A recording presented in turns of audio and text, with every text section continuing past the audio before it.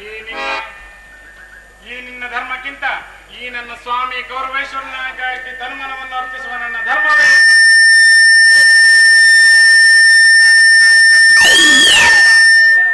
ಭಲೇ ಭಲೇ ಅಂಗಾಧಿಪತಿ, ಯಾದವಗ್ರಣಿಯ ಗಂಟಲು ಬಿಗಿದಂತಾಯಿತು ಈ ನಿನ್ನ ಧರ್ಮದ ನುಡಿಗಳಿಂದ.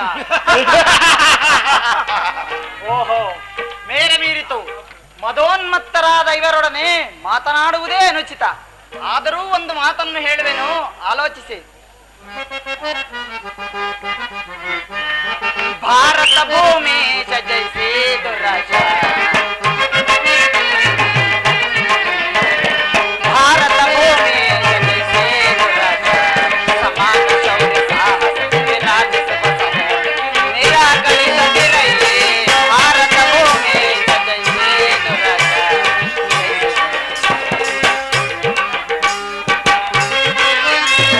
ಕರೆಸಿಗನೆ ಅನುಜಾತರ,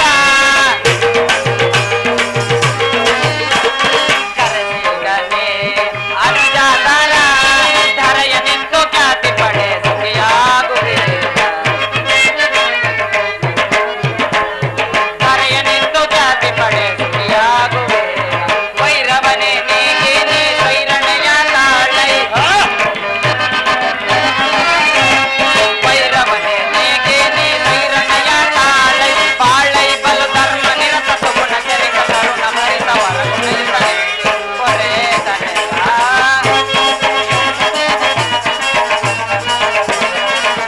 ಬಾಳೈ ಬಲು ಧರ್ಮ ನಿರತ ಸುಗುಣ ಕೆರೆಗ ಕರುಣ ಭರಿತ ವರಗುಣಯುತನೆನಿಸಿ ಕೊರೆ ತನೆಗ.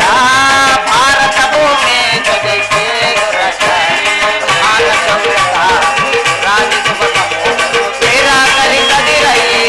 ಭಾರತ ಭೂಮಿ ಜಯಿಸಿ ದುರಜ,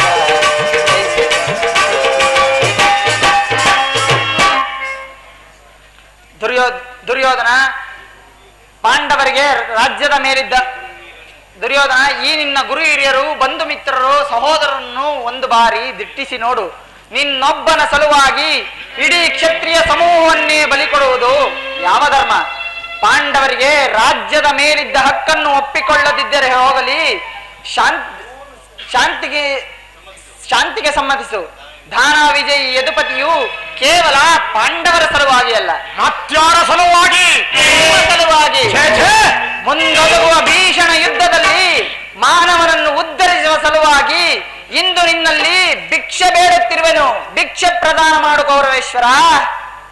ಇದರಲ್ಲಿ ನನ್ನ ತಪ್ಪೇನಿದೆ ಯದುರಾಜ? ಆ ಪಾಂಡವರು ಜೂಜನ್ನಾಡಿ ಸಕಲ ಸಂಪತ್ತನ್ನು ಕಳೆದುಕೊಂಡು ಕಾಡಿಗೆ ಹೋಗಿದ್ದು ನನ್ನ ತಪ್ಪೆ. ಸತ್ಯವಾಕ್ಯ ಪರಿಪಾಲನೆಗಾಗಿ ವನವಾಸ ಅಜ್ಞಾತವಾಸವನ್ನು ಮಾಡಿದ್ದು ಅಧರ್ಮದ ಕಾರ್ಯವೋ? ನೀನೇ ಹೇಳು. ಈ ವಿಸ್ತಾರವಾದ ಸಾಮ್ರಾಜ್ಯವನ್ನು ಶಾಸನ ಮಾಡಲು ಈ ದುರ್ಯೋಧನನ ಹೊರತು ಮತ್ಯಾರಿಂದಲೂ ಸಾಧ್ಯವಿಲ್ಲ.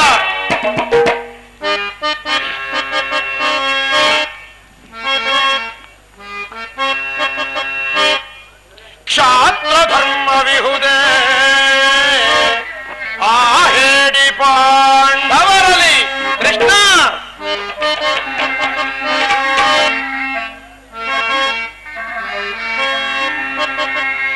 ಕ್ಷಾತ್ರ ಧರ್ಮ ವಿಹುದೇ ಆ ಹೇಡಿ ಪಾಂಡವರಲಿ ರೂಢಿಯೊಳಗವರದೆಂದು ಶ್ರೇಷ್ಠರನಿ ಪರೈ. ಮೂಢತನವಿದಲ್ಲವೇ ಈ ಸಂಧಿಯ ಬಯಕೆ? ಮೂಢತನವಿದಲ್ಲವೇ ಈ ಸಂಧಿಯ ಬಯಕೆ? ಅರಿತು ನೀನಿದೆಲ್ಲವ,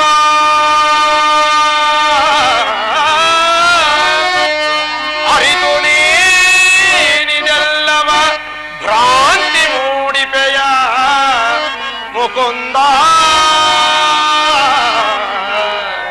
ಭ್ರಾಂತಿ ಮೂಡಿಪೆಯ ಮುಕುಂದ.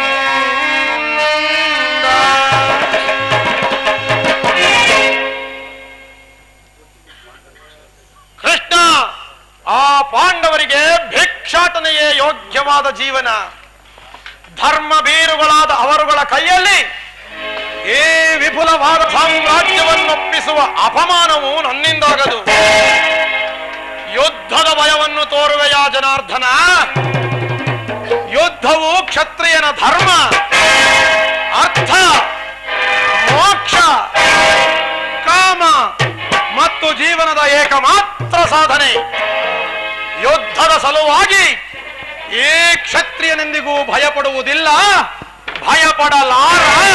ಭಯಪಡಲಾಗದು. ಸ್ಥಿರನಾಗು ದುರ್ಯೋಧನ. ನಿನ್ನ ಅಭೀಷ್ಟವು ಯುದ್ಧವೇ ಆದರೆ ಅಗತ್ಯವಾಗಿ ಅದನ್ನೇ ಹೊಂದುವೆ. ಇದು ನಿನ್ನ ಯುದ್ಧವಲ್ಲ, ಭಯಂಕರ ಆತ್ಮಹತ್ಯೆ, ಪಾಪಾಶಯ. ಕುರುವಂಶ ಕಳಂಕ ಸ್ವರೂಪನೇ, ನಿನ್ನ ಅಪರಾಧಗಳೇನೆಂದು ಕೇಳುವೆಯೋ? ನಿನ್ನ ಅಪರಾಧಗಳು ಅಗಣ್ಯ. ರಾಜಸೊಯ್ಯಾಗದಲ್ಲಿ ಪಾಂಡವರ ಸಂಪತ್ತನ್ನು ನೋಡಿ ಕರುವಿದ ನೀನು ಈ ನೀಚ ಶಕುನಿಯ ಸಲಹೆಯಂತೆ ಪಾಂಡವರನ್ನು ಕಪಟದ್ಯೂತಕ್ಕೆಳೆದು ತಂದದ್ದನ್ನು ಮರೆತೆಯ? ಸಹೋದರರ ಪತ್ನಿಯನ್ನು ರಾಜಸಭೆಗೆಳೆದು ತಂದು ಅವಾಚ್ಯ ಅಪರಾಧಗಳಿಂದ ನಿಂದಿಸಿದ ನಿನ್ನ ನೀಚ ಕೃತಿಯು ಅನಂತ ಕಾಲದ ಧೂಮಕೇತುವಿನಂತೆ ನಿನ್ನನ್ನು ಹಿಂಬಾಲಿಸುವುದೆಂದು ನೆನಪಿನಲ್ಲಿಡು. ವಾರಣಾಗತದಲ್ಲಿ ಅರಗಿನ ಮನೆ, ಏಕಚಕ್ರಾನಗರದಲ್ಲಿ ಕುಂತಿಗಾದ ಭಂಗ, ವಿಷಭೋಜನ, ಸರ್ಪಬಂಧನ ಇವೆಲ್ಲವನ್ನೂ ಮರೆತೆಯ? ಭೀಷ್ಮ, ದ್ರೋಣ, ಗುರುಜರ ಮಾತನ್ನು ನಿರಾಕರಿಸಿ ಅನ್ಯಾಯ ಆಚರಣೆಯಲ್ಲಿ ಪ್ರವೃತ್ತನಾಗಿರುವ ನಿನಗೆ ಕೀರ್ತಿ ಶ್ರೇಯಸ್ಸು ಎಂದಿಗೂ ಲಭಿಸದು. ಕೃಷ್ಣ, ನಿನ್ನ ಅಂತರಂಗವನ್ನು ಚೆನ್ನಾಗಿ ಅರ್ಥ ಮಾಡಿಕೊಂಡ ಈ ಛಲದಂಗವಲ್ಲ ಚಕ್ರೇಶ್ವರ. ಕೆಟ್ಟರೂ ಸರಿಯೇ, ಕಟ್ಟ ಕಡೆಯದಾಗಿ ಕಾಡಿಗಟ್ಟಬೇಕೆಂದು ಪಟ್ಟು ಹಿಡಿದ ಈ ಕೆಚ್ಚದೆಯ ಕಟ್ಟಾಳು ಕೌರವರನ್ನು ಕೆಣಕಿ ಕೇಕೆ ಹಾಕಿನ ಕಳಲ್ಲ ಆ ನಿನ್ನ ಪಾಂಡವ ಸತಿ ಪಾಂಚಾಲಿ ಅಂದೇ ತೊಟ್ಟೆನು ಛಲವನ್ನು. ಕೃಷ್ಣ, ಭೂತ ಪ್ರೇತ ಪಿಶಾಚಿಗಳಿಗೊಡೆಯನಾದ ಆ ಭೂತನಾಥೇಶ್ವರನೇ ಕಾಲ್ಕೆರೆದು ಕರಾಖ್ಯವಂದರೂ ಸರಿಯೇ, ಕಲಿವಂಶದಿಂದ ಉದ್ಭವಿಸಿದ ಏ ಕುರುವಂಶವೇ ರಕ್ತದ ಕೋಣೆಯಲ್ಲಿ ಕಚ್ಚಿ ಹೋದರೂ ಸರಿ, ಅಷ್ಟೈಶ್ವರ್ಯ ಸಂಪನ್ನ ಅಭಿಮಾನಧನನೆಂಬ ದುರ್ಯೋಧನನಾದ ನಾನು ಮಸಣದ ಮಣ್ಣಲ್ಲಿ ಮಣ್ಣಿಡಿದು ಮಣ್ಣಾದರೂ ಸರಿಯೇ, ಛಲವನ್ನು ಬಿಡೆ, ನೆಲವನ್ನು ಕೊಡೆ.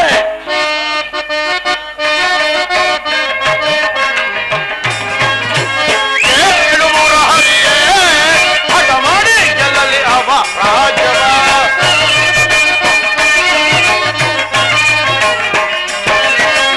ಏಳು ಮುರಹರಿಯೇ ಹಠ ಮಾಡಿ ಗೆಲ್ಲಲಿ ಅವ ರಾಜ್ಯವ.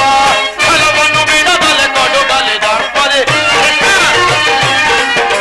ಛಲವನ್ನು ಬಿಡದಲೆ ಕೊಡುಗಲಿ ದರ್ಪದೆ. ಛಲವ ಧರಿಸಿ ಘನ ಮುದದಿ ಮೆರೆದು ಕೊಡುವುದಿಲ್ಲವ ರಾಜ್ಯವ. ಕಡೆಯ ಮಾತಿದು ಧೀರತ್ವದಲ್ಲಿ ಕೊಡುವುದಿಲ್ಲವ ರಾಜ್ಯವ. ಕೃಷ್ಣ, ಆ ಪಾಂಡು ನಂದನವು ಎನ್ನೊಡೆ ಯುದ್ಧವ.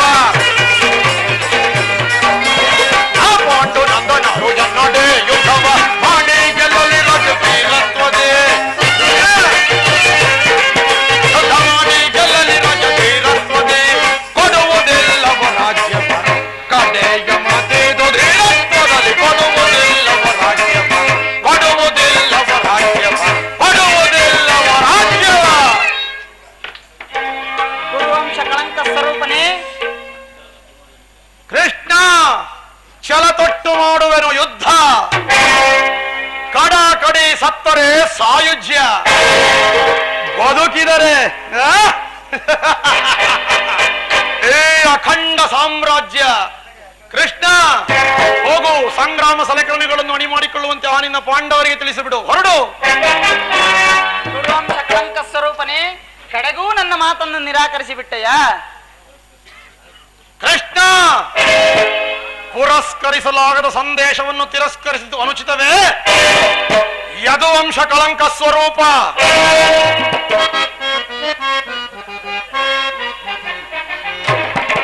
ಖ್ಯಾತಿ ಬೇಡೈಸೊಯ್ಯೋ ತನನೆ ತೋರಿ ಗಗತೆ.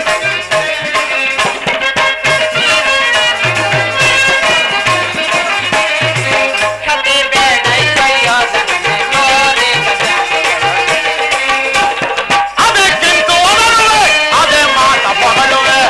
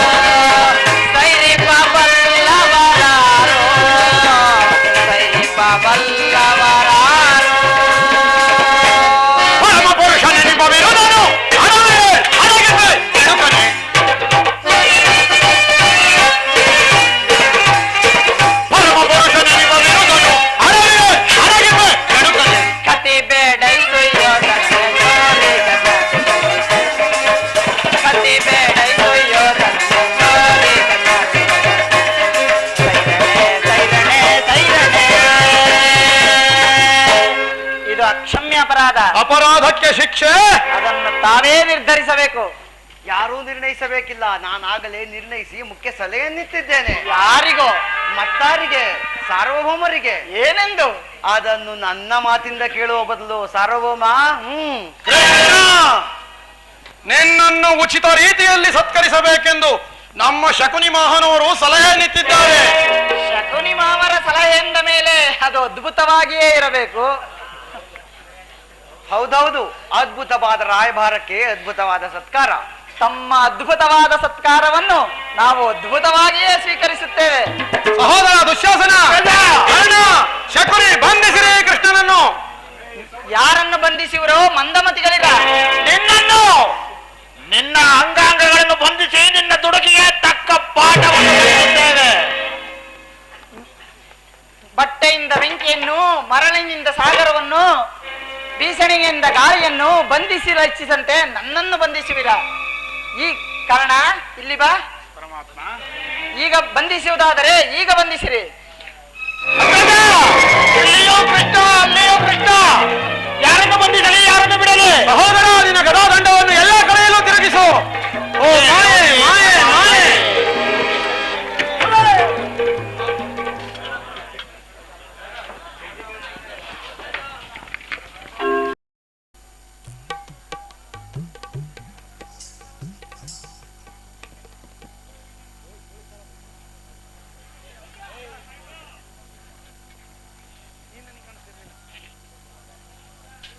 ಮಹಾಮಹಿಮನಾದ ನೀನು ಕುಲಹೀನನಾದ ನನ್ನನ್ನು ಇಷ್ಟೊಂದು ಆಧರಿಸಲು ಕಾರಣವೇನು ದೇವ? ಕಾರಣ ಕುಲಹೀನನಲ್ಲಿ ಕಂಡುಬರುವ ಗುಣ ಅತಿಶಯಗಳು ನಿನ್ನಲ್ಲಿ ಕಂಡುಬರುವವೇ. ನಿಧಾನವಾಗಿ ಆಲೋಚಿಸು. ಪರಮಾತ್ಮ, ನಾನೆಂತಿದ್ದರೂ ಕುಲಹೀನನೆಂಬ ವಿಚಾರವನ್ನು ಈ ಪ್ರಪಂಚವೇ ಮರೆಯುವಂತಿಲ್ಲವೇ ದೇವ? ಕಾರಣ ನೀನು ಸೂತನಲ್ಲ. ಶ್ರೇಷ್ಠವಾದ ಕುಂತಿದೇವಿಯೇ ನಿನ್ನ ತಾಯಿ, ಸೂರ್ಯನೇ ನಿನ್ನ ಜನಕನು, ಲೋಕೈಕ ವೀರರಾದ ಪಾಂಡವರೇ ನಿನ್ನ ಸಹೋದರರು. ಪರಮಾತ್ಮ, ತಾವು ಹೇಳುತ್ತಿರುವುದು ಆಶ್ಚರ್ಯವಾಗಿರುವುದಲ್ಲ. ಓಹೋ, ಮರೆತಿದ್ದೆ, ಇದು ಯುದ್ಧ ಕಾಲ. ಅದರಲ್ಲೂ ನೀನು ಆ ಪಾಂಡವರ ಪಕ್ಷಪಾತಿ. ಆ ಪಾಂಡವರ ತಲೆಯನ್ನು ಕಾಯಲು ಈ ರೀತಿ ವಂಚಿಸುತ್ತಿರುವೆಯಾ ದೇವ? ಕಾರಣ ರಾಜಾದಿರಾಜನೆನಿಸಿ ದಿವ್ಯ ಸಿಂಹಾಸನವನ್ನೇರಿ ರಾಜ್ಯಭಾರ ಮಾಡಬೇಕಾಗಿದ್ದ ನೀನು ಈ ರೀತಿ ಪರರ ಸೇವೆಯಲ್ಲಿ ಕೈಕಟ್ಟಿಕೊಂಡು ಕುಳಿತಿರುವೆಯಲ್ಲ. ಪರಮಾತ್ಮ,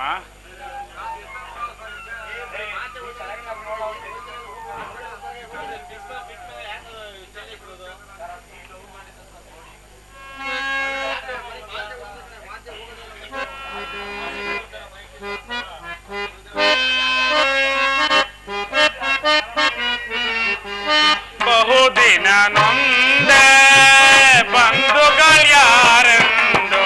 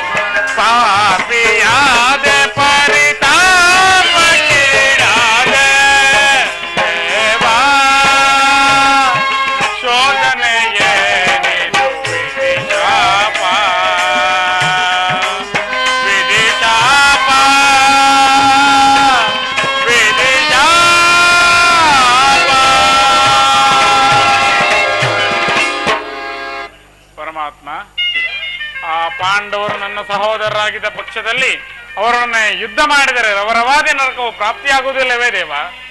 ನಂಬಿದ ಸ್ವಾಮಿಗೆ ದ್ರೋಹ ಮಾಡುವುದೆಂತೂ? ಸಾಮರ ಮಹೋತ್ಸವದಲ್ಲಿ ಉತ್ಸಾಹ ಭರಿತನಾದ ನನಗೆ ಇಂತಹ ಸಂಕಟವನ್ನು ತಂದೊಡ್ಡಬೇಡ ದೇವ.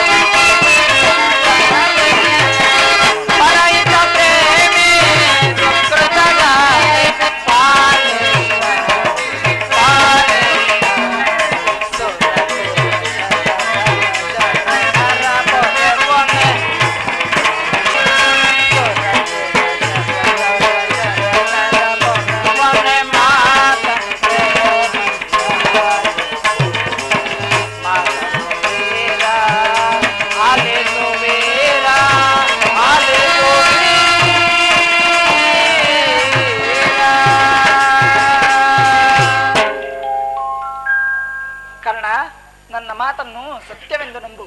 ನಿನ್ನ ತಾಯಿ ಕುಂತಿದೇವಿಯು ಕನ್ನಿಕಾವಸ್ಥೆಯಲ್ಲಿದ್ದಾಗ ದೂರ್ವಾಸರಿಂದ 5 ಮಂತ್ರಗಳನ್ನು ಉಪದೇಶ ಪಡೆದಿದ್ದಳು. ಆ ಮಂತ್ರವು ಫಲಿಸುವುದೋ ಇಲ್ಲವೋ ಎಂದು ಸೂರ್ಯ ಮಂತ್ರವನ್ನು ಜಪಿಸಿದಾಗ ನೀನು ಜನಿಸಿದೆ. ಲೋಕಾಪಮಾನಕ್ಕೆ ಹೆದರಿ ನಿನ್ನನ್ನು ಗಂಗಾ ನದಿಯಲ್ಲಿ ತೇಲಿಬಿಟ್ಟಳು. ಸೂತರು ನಿನ್ನನ್ನು ಸಲಹಿದರು. ಈಗ ನೀನು ದುರ್ಯೋಧನನ ಆಸ್ಥಾನದಲ್ಲಿ ಮಾಂಡಲೀಕನಾಗಿರುವೆ. ಈಗಲೂ ನನ್ನೊಡನೆ ಬಾ. ಪಾಂಡವ ಕೌರವರನ್ನು ನಿನ್ನ ಪಾದದ ಮೇಲೆ ಬೀಳುವಂತೆ ಮಾಡುತ್ತೇನೆ. ಅವರಿಂದಲೂ ಸಾಮಂತ ರಾಜರಿಂದಲೂ ಓಲೈಸಿಕೊಂಡು ದಿವ್ಯ ಸಿಂಹಾಸನವನ್ನೇರಿ ರಾಜ್ಯಭಾರ ಮಾಡುವೆ ಅಂತ ವಾಕರಣ. ಪರಮಾತ್ಮ, ತಾವು ಹೇಳುತ್ತಿರುವ ಮಾತು ಸತ್ಯವಾಗಿದ್ದ ಪಕ್ಷದಲ್ಲಿ ಆ ಭೀಮಾರ್ಜುನರು ನನ್ನನ್ನು ಕಂಡಾಗಲೆಲ್ಲ ಸೂತ ನೀಚನೆಂದು ಹೀಯಾಳಿಸುತ್ತಿರುವರಲ್ಲ, ಈ ನಾನು ಇಂತಹವನೆಂಬ ವಿಚಾರ ಅವರಿಗೆ ತಿಳಿಯದೇ ದೇವ? ತಿಳಿಯದು ಕರ್ಣ. ನೀನು ಈ ವಿಚಾರವು ಯಾರಿಗೂ ತಿಳಿಯದು. ನಿನ್ನ ತಾಯಿ ಈಗ ತಾನೇ ನಿನ್ನ ತಾಯಿ ಕುಂತಿದೇವಿಯ ಬಳಿಗೆ ಹೋಗಿ ನಿನ್ನ ಜನ್ಮ ವೃತ್ತಾಂತವನ್ನು ತಿಳಿಸಿ ಬಂದಿರುವೆನು. ಆಕೆಯು ನಿನ್ನನ್ನು ನೋಡಲು ಗಂಗಾ ತೀರಕ್ಕೆ ಬರುವಳು. ಆಕೆಯನ್ನು ನೋಯಿಸಬೇಡ, ಮನಸ್ಸಂತೋಷಪಡಿಸು. ನಾನು ಬಂದು ಬಹಳ ವೇಳೆಯಾಯಿತು, ನಾನಿನ್ನು ಹೋಗಿ ಬರುವೆನು. ಆಗಬಹುದು ಪರಮಾತ್ಮ.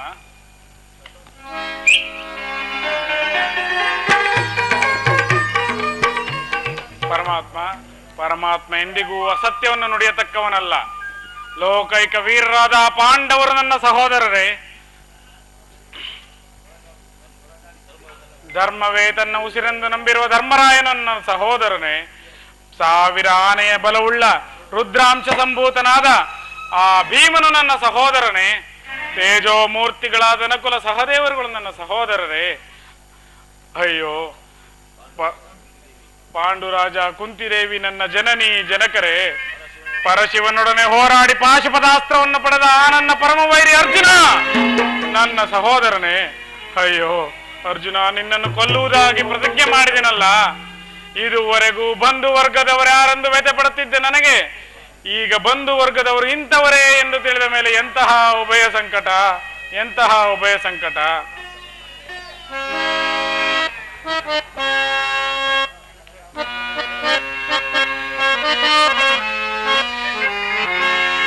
ಕೊಲ್ಲಲೆ ಪಾಂಡುಕುಮಾರರಂ ಕೊಲ್ಲಲೆ ದುರದಾಳ್ ತಮ್ಮಂದಿರಂ ಕೊಲ್ಲುವುದೇ ಕೊಲಗಾಂ ಬಿಟ್ಟೊಡೆ ಕೌರವೇಂದ್ರನು ಈ ದಾರುಣಿಯೊಳ್ ಸುಖ ಸಂಪತ್ತಿನೆಂಬಾಳ್ವನೆ ಚಲದಿಂ ಪಾರ್ಥನರುಂಡವಂ ತರಿದು. ಅಯೋರ್ಜುನ, ಚಲದಿಂ ಪಾರ್ಥನರುಂಡವಂ ತರಿದು ಮಸ್ವಾಮಿಗೆ ಮಮ ಸ್ವಾಮಿಗೆ ಆನಂದವಂ ಸಲ್ಲಿಸಲ್ಕಾಗದೆ ಪಾರ್ಥರ ಘೋರ ಶರಕೆ ನಾಂ ತುತ್ತಾಗಲೇ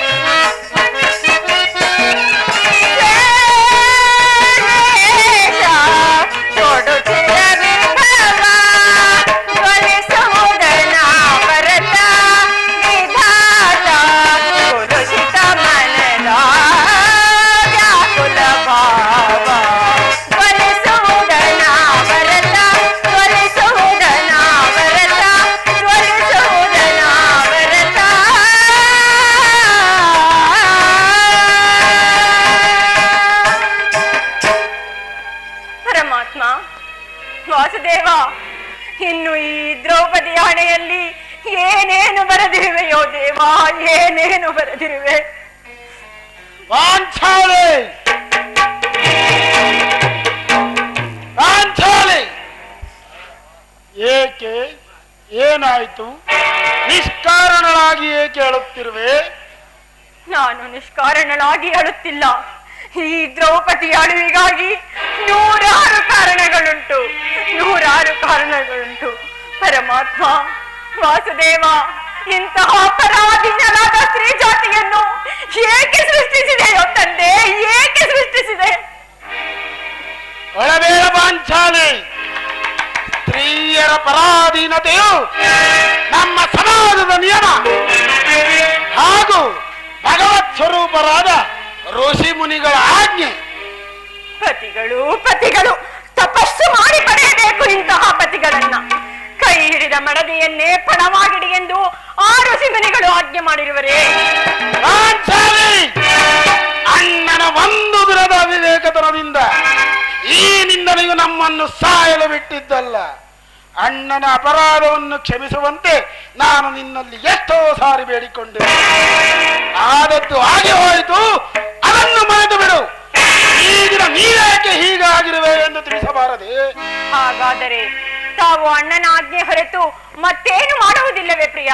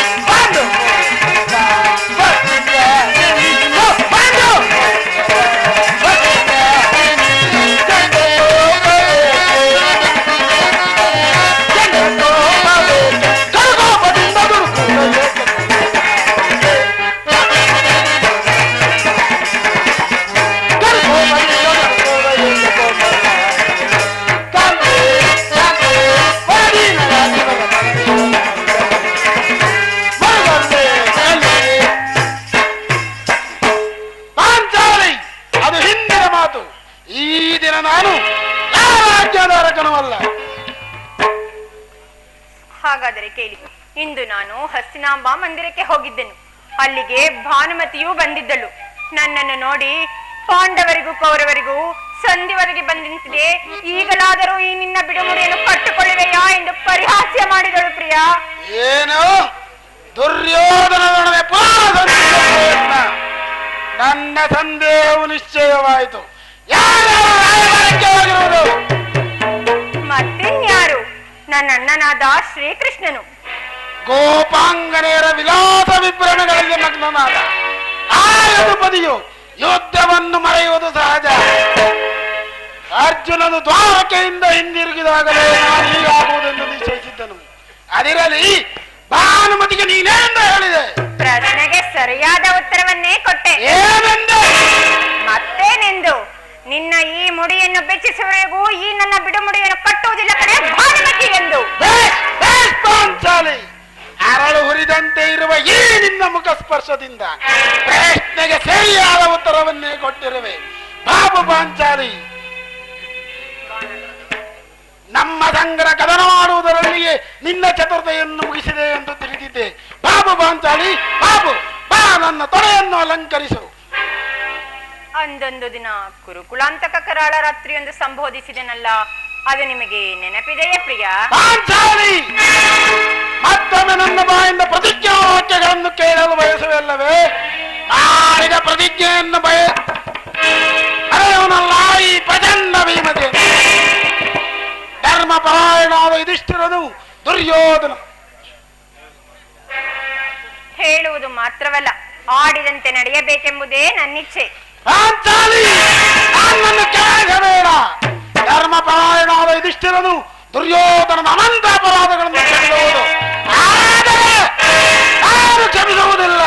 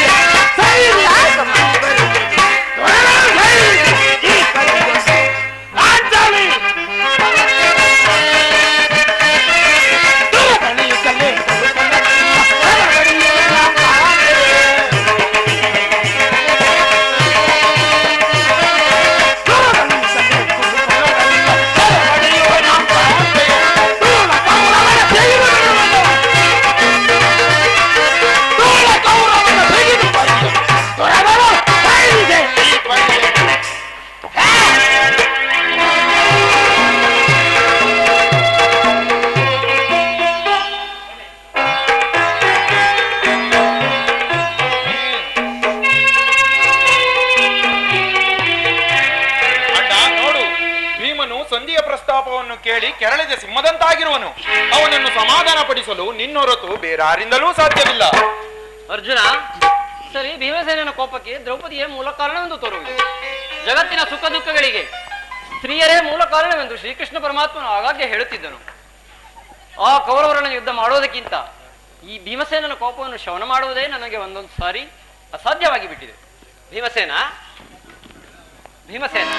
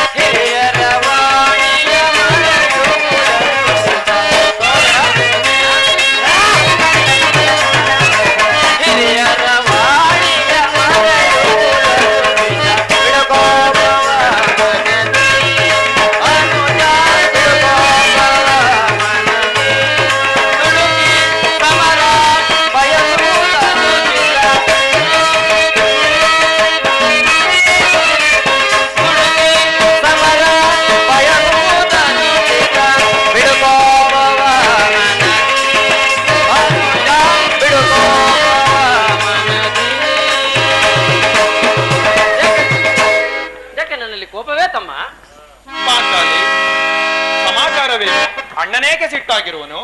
ಏಕೆ ಈ ನನ್ನ ಬಿಡಿ ಕೂದಲು ನಿಮಗೆ ಉತ್ತರ ಕೊಡುತ್ತಿಲ್ಲವೇ?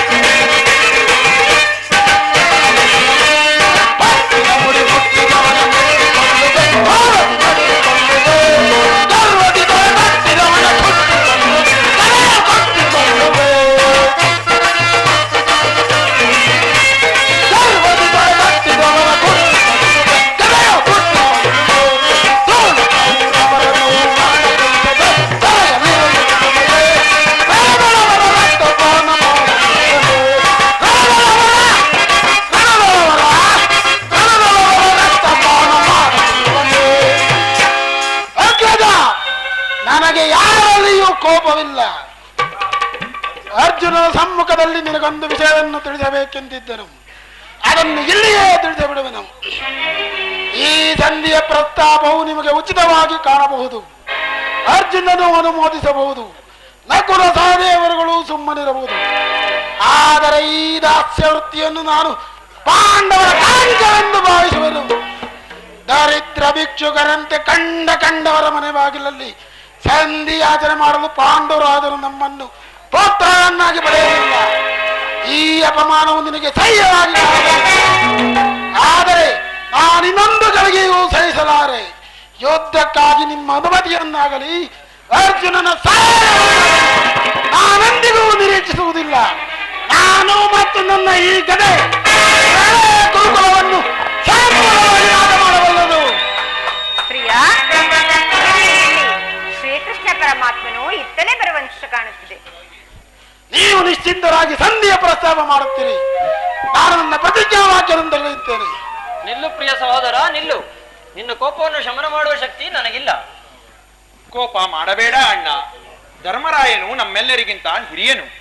ಪಾಂಚಾಲಿ, ಇಂತಹ ಪ್ರಚೋದನಾ ನುಡಿಗಳಿಂದಾಗುವ ಪ್ರಯೋಜನವೇನು?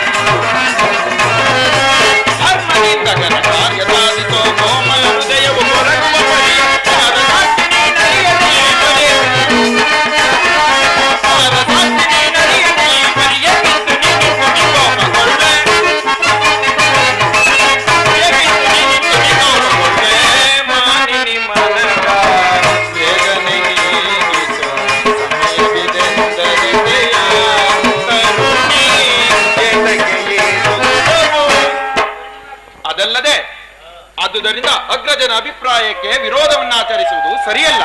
ಇದಕ್ಕೆ ಏನು ಹೇಳುವೆ ಪಾಂಚಾಲಿ? ಧರ್ಮ ಧರ್ಮ ಎಂದು ಧರ್ಮವನ್ನು ಹಂಬಲಿಸುತ್ತಾ ಕ್ಷತ್ರಿಯರ ಧರ್ಮವೇನೆಂಬುದನ್ನೇ ಮರೆತಿರುವರಲ್ಲ, ಇದು ನಿಮಗೆ ಉಚಿತವೇ? ಪಾಂಚಾಲಿ, ಯುದ್ಧದಂತೆಯೇ ಶಾಂತಿ ರಕ್ಷಣೆಯು ಕ್ಷತ್ರಿಯರಾದ ನಮ್ಮ ಕರ್ತವ್ಯ. ಯುದ್ಧವು ಎಂತ ಘೋರ ಕರ್ಮವೆಂಬುದನ್ನು ನೀನು ತಿಳಿದಿಲ್ಲ. ನಾವು ಅಭಿಮಾನಕ್ಕೆ ವಶರಾಗಿ ಯುದ್ಧವನ್ನು ಆರಂಭಿಸಿದರೆ ಮುಂದೆ ನಮ್ಮ ವಿಚಾರಕ್ಕೆ ನಾವೇ ದುಃಖಿಸಬೇಕಾಗುತ್ತದೆ. ಅದಕ್ಕಾಗಿಯೇ ನಾನು ಶಾಂತಿಗಾಗಿ ಇಷ್ಟೊಂದು ಪ್ರಯತ್ನಿಸುತ್ತಿರುವುದು.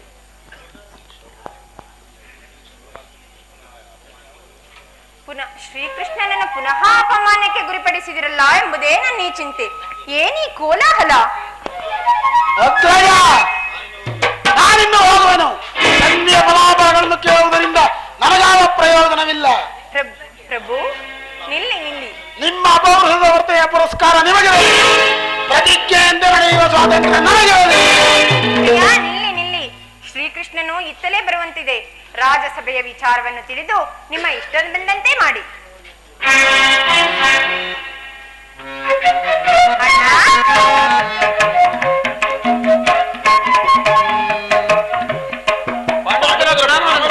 ವಿಜಯಶಾಲಿಗಳಾಗಿ ಪಾಂಡುಪುತ್ರರೇ. ಕೃಷ್ಣ, ಈ ಭೀಮನ ಪ್ರಣಾಮಗಳನ್ನು ಸ್ವೀಕರಿಸು. ಮಂಗಳವಾಗಲಿ ಭೀಮಸೇನ. ಪರಮಾತ್ಮ, ಹೋದ ಕಾರ್ಯವೇನಾಯಿತು? ಹೋದವರು ಯಾರು? ಕೃಷ್ಣನಲ್ಲವೇ? ಅಂದರೆ ಎಲ್ಲವೂ ಸಮರ್ಪಕವಾಗಿಯೇ ನಡೆಯಿತು. ಭೀಷ್ಮಾದಿಗಳು ಬಹುವಿಧವಾಗಿ ಸನ್ಮಾನಿಸಿದರು. ಸಂಧಿಯ ವಿಚಾರ ನಡೆಯಿತೆ? ನಡೆಯಿತು. ಅರ್ಜುನ, ನಾನಿಂದು ತೊಡಗಲಾರೆ. ಪಾಂಚಾಲಿ, ನಾನಿಲ್ಲಿರುವುದು ಸಾಧ್ಯವಿಲ್ಲ. ಅವರ ಇಚ್ಛೆಯಂತೆ ಅವರು ನಡೆಯಲಿ. ನನಗೆ ತೋರಿದ್ದನ್ನು ನಾನು ಮಾಡುವೆನು. ನಿಲ್ಲಿ ಭಯ್ಯ, ನಿಲ್ಲಿ. ಅಣ್ಣನ ಮಾತುಗಳು ಮುಗಿಯಲಿ. ಸ್ವಲ್ಪ ನಿಮ್ಮ ಸಮಾಧಾನ ಅಣ್ಣನ ಮಾತು ಮಾಡಿ. ಮುಗಿಯುವುದರಿಂದ ತಾನೇ ಮುಗಿಯುವುದು. ಯದುಪತಿ, ಸಭೆಯಲ್ಲಿ ಏನು ನಡೆಯಿತು? ಎಲ್ಲವೂ ತಕ್ಕ ರೀತಿಯಲ್ಲೇ ನಾನು ನಿರೀಕ್ಷಿಸಿದಂತೆಯೇ ನಡೆಯಿತು. ನಾನಿನ್ನು ತಡೆಯಲಾರೆ. ನಿನ್ನ ಸಮಸ್ಯೆ ಮಾತುಗಳು ನನಗೆ ಬೇಡ. ಅಗ್ರಜನ ಅಪೇಕ್ಷೆಯಂತೆ 5 ಗ್ರಾಮಗಳಿಗೆ ಸಂಧಿಯಾಗಿದೆ. ನಾನು ಹೋದದ್ದು ಅದಕ್ಕಾಗಿಯೇ ಅಲ್ಲವೇ ಭೀಮಸೇನ? ಕೃಷ್ಣ, ಈಗ ತಿಳಿಯುವುದು ನಿನ್ನ ಅಭಿಮತ. ಅಜ್ಞಾತವಾದ ನೆಪದಿಂದ ಅರ್ಜುನನಿಗೆ ಭಯವನ್ನು ತೊಡಿಸಿದೆ. ಈಗ ನಮ್ಮೆಲ್ಲರಿಗೂ ಸೀರೆಯನ್ನು ನುಡಿಸಲು ಅವನಿಸುತ್ತಿರುವೆಯ. ಯಾರೋ ತಿಳಿ, ಪಾಂಡುಪುತ್ರರ ಮೇಲೆ ನಿನಗೆ ಇಷ್ಟೊಂದು ಆಗ್ತಾಯಿಲ್ಲ. ಭೀಮಸೇನ, ಇಷ್ಟೊಂದು ಅಸಹನೆ ಏಕೆ? ಇದು ನಿನಗೆ ಹೆಚ್ಚಿಗೆ ಸಂಬಂಧಪಟ್ಟ ವಿಚಾರವೆಂದು ನಾನು ಹೇಳಲಿಲ್ಲವಲ್ಲ. ಈ ಸ್ವಾಭಿಮಾನ ಸಂಧಿಯ ವಿಚಾರದಲ್ಲಿ ಪ್ರಚಂಡ ಭೀಮನಿಗೆ ಸಂಬಂಧ ಇರುವುದು, ಅತ್ಯಂತ ನಿಕಟವಾದ ಸಂಬಂಧವಿರುವುದು. ಪರಮಾತ್ಮ, ಮುಂದೇನಾಯಿತು? ರಾಜ್ಯಸಭೆಯಲ್ಲಿ ನಿಮ್ಮ ವಿಚಾರವನ್ನು ತಿಳಿಸಿದೆನು. ಅವರೆಲ್ಲರೂ ಒಪ್ಪಿದರು. ಯಾರ್ಯಾರು ಒಪ್ಪಿದರು? ಭೀಷ್ಮ, ದ್ರೋಣ, ಧೃತರಾಷ್ಟ್ರ ಮುಂತಾದವರು. ಆ ದುರ್ಯೋಧನ ಆತನೂ ಸಹ. ನಾನು ಇನ್ನು ನನಗಿಲ್ಲಿ ಕೆಲಸವಿಲ್ಲ. ಈ ದುರ್ವಾರ್ತೆಯನ್ನು ಕೇಳಬೇಕೆಂಬುದು ನಿಮ್ಮ ಇಚ್ಛೆಯಾಗಿತ್ತು. ಅದನ್ನು ಚೆನ್ನಾಗಿ ಸಾಧಿಸಿದೆ ಕೃಷ್ಣ, ಚೆನ್ನಾಗಿ ಸಾಧಿಸಿದೆ. ಸಹೋದರರೇ, ನಿಮ್ಮ ಪೌರುಷವನ್ನು ನೀವೇ ಪುಂಜಿಸಿರಿ. ಅದರಲ್ಲಿ ಈ ಭೀಮನು ಯಾವುದೇ ಭಾಗವನ್ನು ಅಪೇಕ್ಷಿಸುವುದಿಲ್ಲ. ರಾಜ್ಯಸೇನಿ, ನೀನು ನಿರಾಶರಾಗಬೇಡ. ಈ ಭೀಮನು ಬದುಕಿದ್ದರೆ ನಿನ್ನ ಸೇರನ್ನು ತೀರಿಸಿಕೊಳ್ಳುವನು. ನಿಜವಾಗಿಯೂ ಹಿಡಿಂಬಪತಿಯೇ ಸರಿ. ಇಷ್ಟೊಂದು ಕೋಪವಿಲ್ಲದಿದ್ದರೆ ಆ ರಕ್ಕಸಿಯನ್ನು ಆಳುವುದು ಹೇಗೆ ಸಾಧ್ಯವಾಗುತ್ತಿತ್ತು? ಸಮಾಧಾನದಿಂದ ನನ್ನ ಮಾತನ್ನು ಪೂರ್ಣವಾಗಿ ಕೇಳು. ಕೃಷ್ಣ, ನನ್ನನ್ನು ಸುಮ್ಮನೆ ಕಾಣಬೇಡ. ಈ ಸಂಧಿಯ ಸುದ್ದಿಯು ನನಗೊಪ್ಪದು. ನಿನಗೊಪ್ಪುವ ಒಂದು ವಿಚಾರವಿರುವುದು. ಆ ದುರ್ಯೋಧನನು ನಿನಗೊಂದು ಪ್ರಿಯವಾದ ಸಂದೇಶವನ್ನು ಕಳುಹಿಸಿರುವನು. ಏನು? ದುರ್ಯೋಧನದ ಸಂದೇಶವೇ? ಹಾಗಾದರೆ ಅದು ಸಂಧಿಯ ವಿಚಾರವಾಗಿರಲಾರದು. ಹೇಳುಗುಂಟ ಏನೆಂದು? ಆ ವಿಚಾರವನ್ನು ಹೇಳುವ ಮೊದಲು ನೀನು ನನ್ನ ಬಳಿಯಲ್ಲಿ ಕೈಕಟ್ಟಿ ಕುಳಿತುಕೊಳ್ಳಬೇಕು. ಇಲ್ಲ, ಇಂದಿದಂತೆ ಹೇಳಿಬಿಡು. ಕುಳಿತುಕೊಳ್ಳುವ ಹೊರತು ಹೇಳುವುದಿಲ್ಲ. ಏನು ಪರಿಹಾಸ್ಯವೇ ಕೃಷ್ಣ? ಪರಿಹಾಸ್ಯವಲ್ಲ ಭೀಮಸೇನ. ನಿನ್ನನ್ನು ಕಂಡರೆ ನನಗಷ್ಟೊಂದು ಭಯವಾಗುವುದು.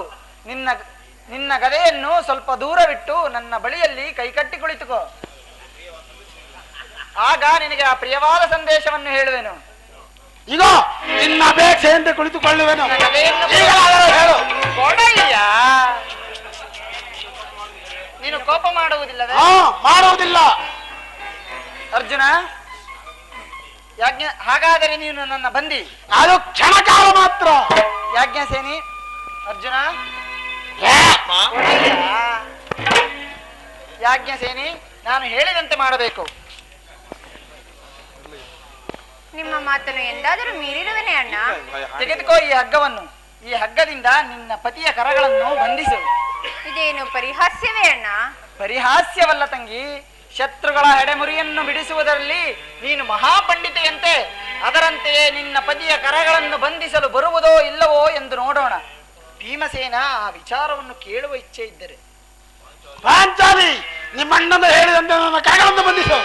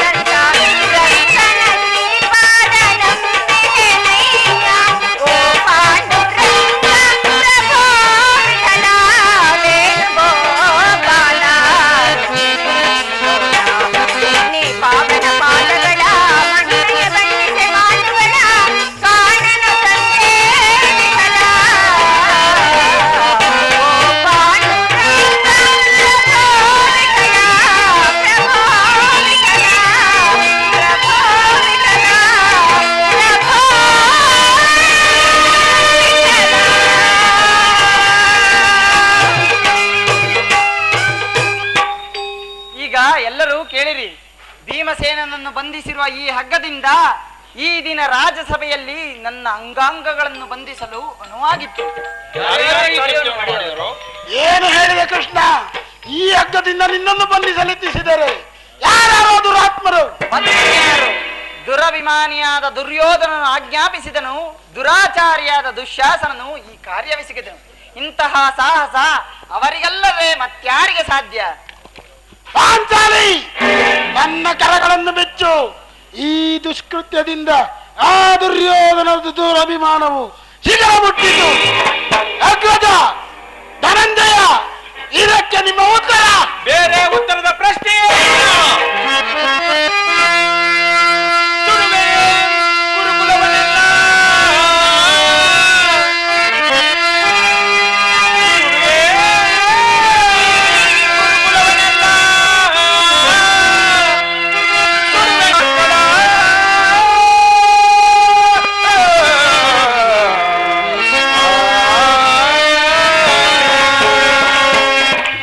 ಕರ್ಣನ ಶಿರವಂ ಕಡಿದು, ಕರ್ಣನ ಶಿರವಂ ಕಡಿದು, ರಣಚಂಡಿಗೆ ಔರಣ ಇಡುವೆ ಇದು ಸತ್ಯ.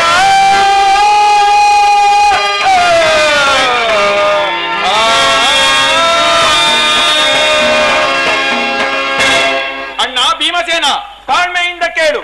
ಕಳಿಸಿದ ಸಂದೇಶವನ್ನು ತಿರಸ್ಕರಿಸಿ ಪಾಂಡವರ ರಾಯಭಾರಿಯಾದ ಶ್ರೀಕೃಷ್ಣ ಪರಮಾತ್ಮನನ್ನು ಬಂಧಿಸಲೆತ್ನಿಸಿದ ಆ ದುರ್ಯೋಧನನ ದುರಂಕಾರಕ್ಕೆ ಧಿಕ್ಕಾರ.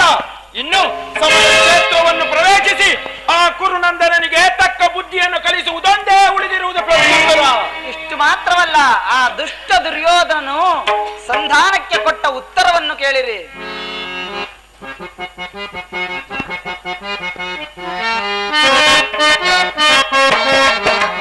ದುಡುಕುತ್ತ ನುಡಿದ, ದುಡುಕುತ್ತ ನುಡಿದ ಕೌರವನು, ಪಾಪದೆಯೇ ಬೇಡು.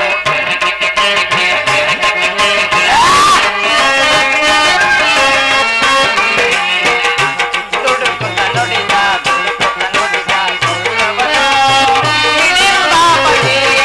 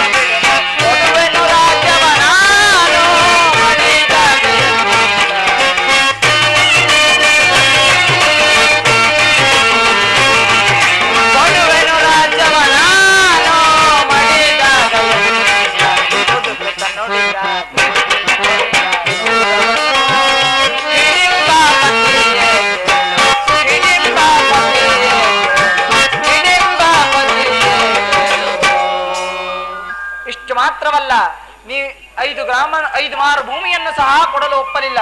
ನೀವು ಸಂಧಿಯನ್ನು ಅಪೇಕ್ಷಿಸುವುದೇ ಆದರೆ ಅದು ದೊರಕುವುದು ರಣರಂಗದಲ್ಲಿ, ಶಸ್ತ್ರಾಸ್ತ್ರಗಳ ಆಸ್ಥಾನದಲ್ಲಿ ಎಂದು ಹೇಳಿಯೇ ಬಿಟ್ಟ. ದೇವ, ಈ ಸಂದೇಶಕ್ಕೆ ನಮಗಿನ್ನು ಉಳಿದಿರುವುದು ಒಂದೇ ಉತ್ತರ, ಅದು ಯುದ್ಧ. ದೇವ, ಸಕಲವನ್ನು ನೀನೇ ತಿಳಿದಿರುವೆ. ನಾನೀ ಯುದ್ಧಕ್ಕೆ ಎಂದೂ ಅಪೇಕ್ಷೆ ಪಟ್ಟವನಲ್ಲ. ಮುಂದೆ ನಿನ್ನ ಚಿತ್ರದಂತೆಯೇ ಮಾಡು ಮುಕುಂದ. ಪಾಂಚಾಲಿ, ನನ್ನ ಕರಗಳನ್ನು ಬಿಚ್ಚು. ಅಗ್ರಜ, ಧನಂಜಯ, ಕೃಷ್ಣ, ಯಾರೂ ಬಿಚ್ಚುವುದಿಲ್ಲವೇ? ನಾನೇ ಬಿಚ್ಚಿಕೊಳ್ಳುವೆನು.